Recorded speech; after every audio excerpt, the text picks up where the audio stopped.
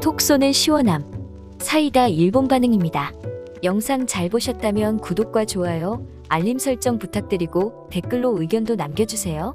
자동차, 휴대폰, 반도체, 조선, 가전제품 등 우리나라가 수출하는 모든 제품과 부품의 틀을 만드는 금형산업이 지난해 코로나 사태에도 불구하고 역대 최대 대미 수출을 기록했다는 소식입니다. 국가별 수출 비중을 살펴보면 미국이 가장 높은 비중을 차지하였으며 그 뒤로 일본과 베트남, 중국 등이 뒤를 이었습니다. 현재 한국의 금형산업은 국내보다도 해외에서 그 기술력을 인정받으며 수출이 급증하고 있습니다. 미국과 일본의 경우에는 전년 대비 50%나 급증하는 수치를 보여주었으며 사실상 수출 비중 국가에서 미국과 일본이 1위를 차지하는 기록을 보여주었습니다. 이는 업계 통계를 작성한 이래 40년 만에 최대치라고 하는데요. 이에 일본 언론들은 한국이 일본의 기술력을 뛰어넘었다는 보도를 이어나가면서 한탄을 금치 못하고 있는 상황입니다. 금형산업은 금속 재료를 절단하거나 비철금속 재료를 녹여 사출하는 고난도 기술이 필요한 산업 분야로 손꼽히고 있는데요. 자동차 하나를 만들기 위해서 자동차 시트를 배회하고는 모든 부품에 금형이 필요한 만큼 제조 기술이 분야 경쟁력을 가늠할 수 있는 척도라고 할 수 있다고 합니다. 한국의 기술력이 올라감에 따라 국내 현대나 기아, 삼성전자, LG전자가 국내 금형 기술을 쓰고 있는 것은 물론이고 일본의 파나소닉, 도요타, 혼다까지도 일본의 금형이 아닌 대한민국의 기술을 이용하고 있다 합니다.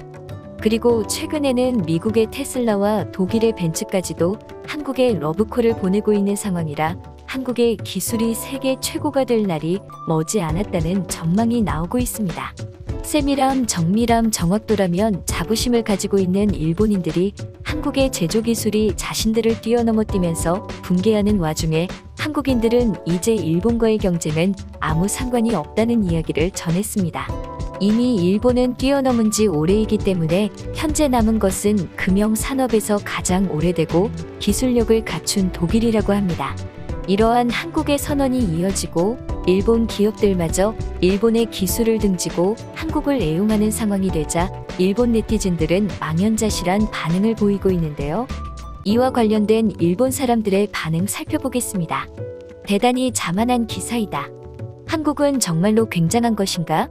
결함이 있는 제품들이 너무나 많다.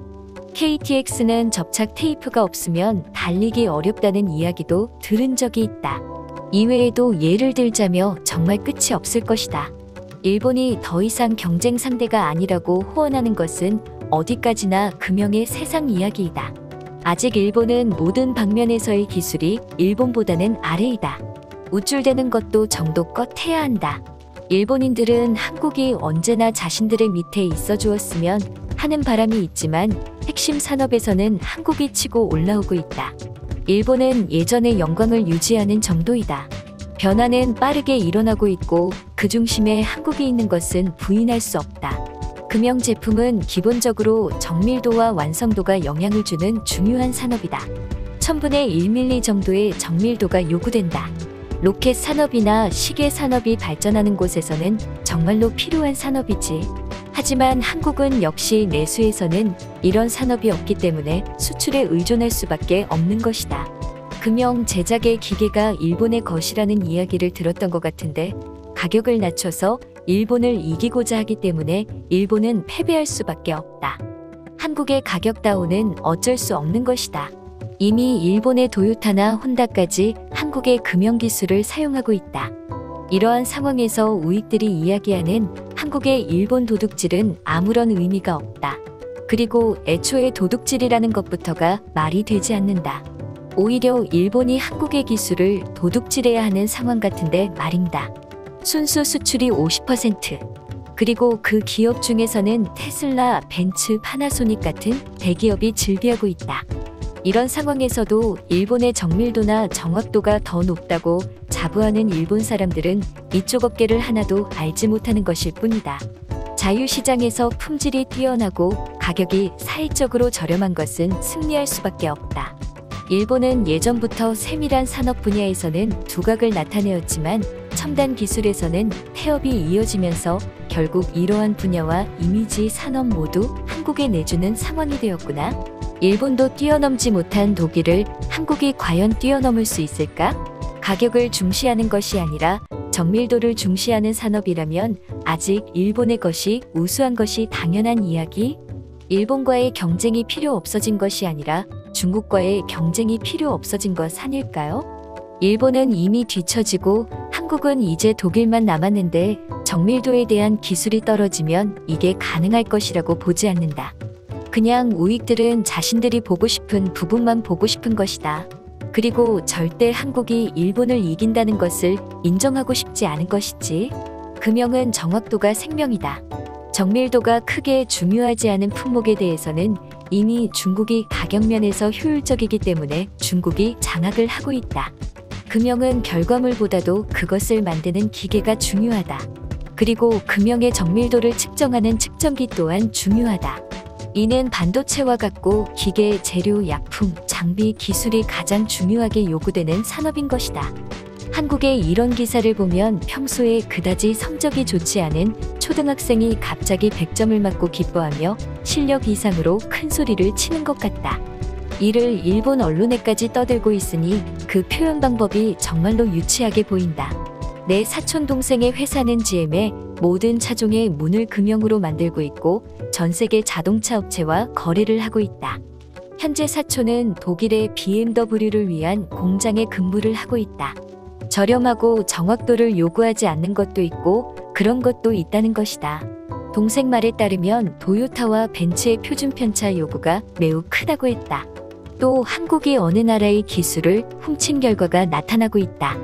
한국은 일본의 것을 가져다 쓰기 때문에 개발 비용이 들지 않아서 좋을 것 같다. 그 덕분에 가격도 저렴하게 판매할 수 있는 것 같다. 하지만 제조 기술을 올리지 않으면 클레임이 산을 이루게 될 것이다. 행운을 빕니다. 한국은 맨날 순조롭다고 이야기를 하지만 실적 좋은 한국의 젊은이들은 일본에 일을 하러 오고 있다. 부가가치가 높은 정밀 금형은 나름대로 정확한 정보가 없으면 만들 수 없다. 사용되는 곳에서도 요구되는 정도가 다른 것이 금형인 것이다. 한국은 일본이 30년 전에 하던 산업을 이제서야 하고 있구나. 선진국의 추종을 불허하는 곳에 집중을 해야 하는데 눈앞에 있는 것만으로 정신의 만족을 도모하고 있는 것이 한국이다. 한국은 대부분 플라스틱 부품에 사용하고 외판같이 너무 정밀할 필요가 없는 부분에 저비용 금형을 이용하고 있을 뿐이다. 퀄리티가 그리 좋지 않은 가정용품의 금형을 한국이 만들고 있다.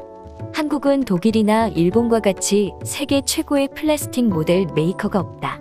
금형의 품질을 말하지 않고 금액만으로 성장하고 있는 한국에서 3D 프린터가 발달하면 한국의 금형 산업은 제동일 걸리게 될 것이다.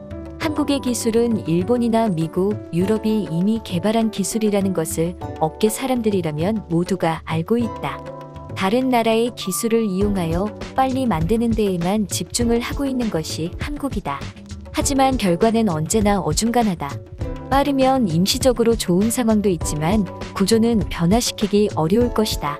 여기까지 일본인들의 반응 살펴보았습니다. 시청해주셔서 감사합니다. 다음에도 유익한 영상으로 찾아뵐게요.